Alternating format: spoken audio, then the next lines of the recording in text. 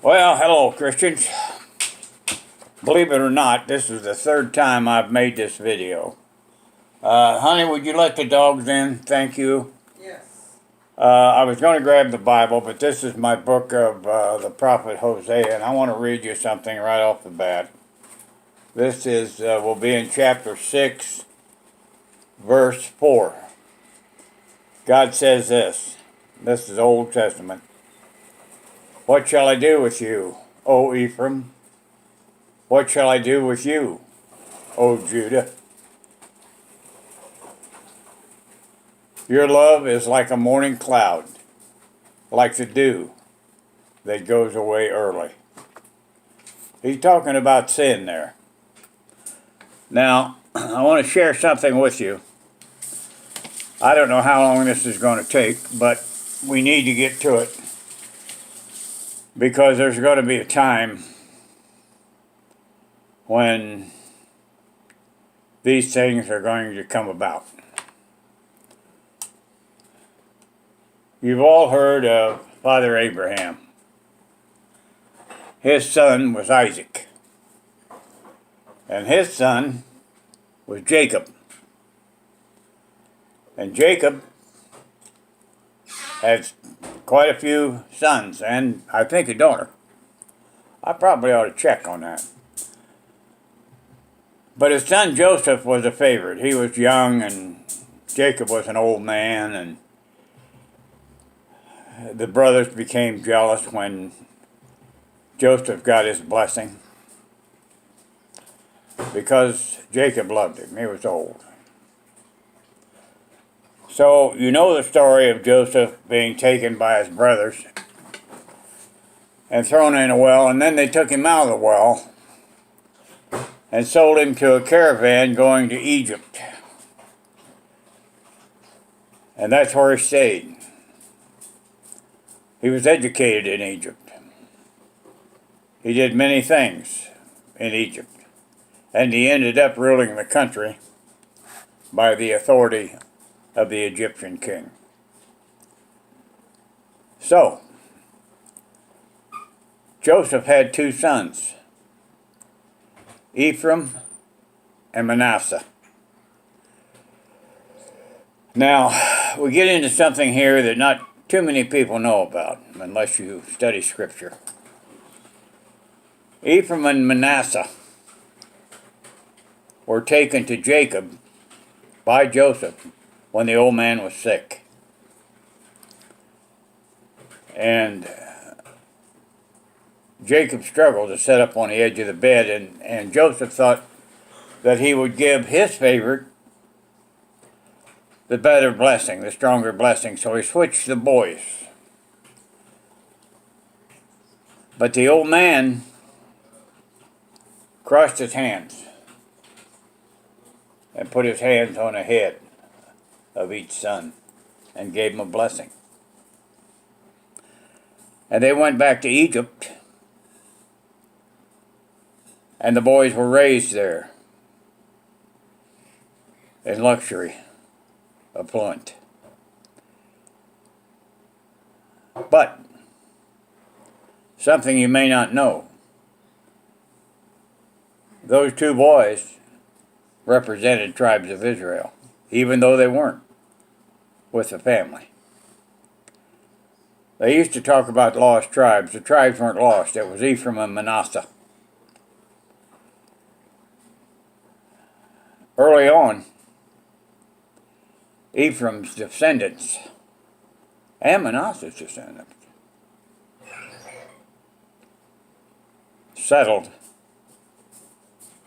the British Isles, settled Australia, settled the United States of America, and who knows where else, but those three they did.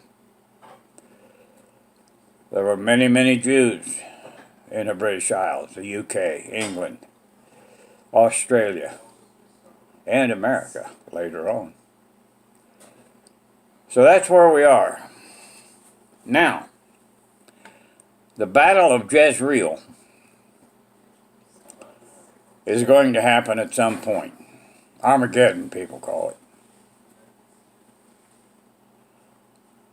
And soldiers by the millions will come from Russia, China, Iraq, Iran, everywhere. And they're going to come against Israel. Who is Israel? The 12 tribes. Israel itself, the British Isles, England, Australia, America. Now, that statement that we just read, "O Ephraim, what am I to do with you? What am I to do with you, Judah?" That's put in there because God is going to let, pardon me, God is going to let Israel fall. And Israel are the ones that we just mentioned. The reason we are all Israel is because we are like brothers. We're part of the 12 tribes. So, when they come against Israel, they're going to come against England, Australia, and America, and they'll fall probably within a month of each other. Believe it or not, that's the history of the settlement of these three places, and undoubtedly others. But we'll stand alone, and we'll fall alone because of sin. He's going to let it happen. Now, we have many, many Christians hoping for the rapture before Satan begins doing his thing on the plain of Jezreel.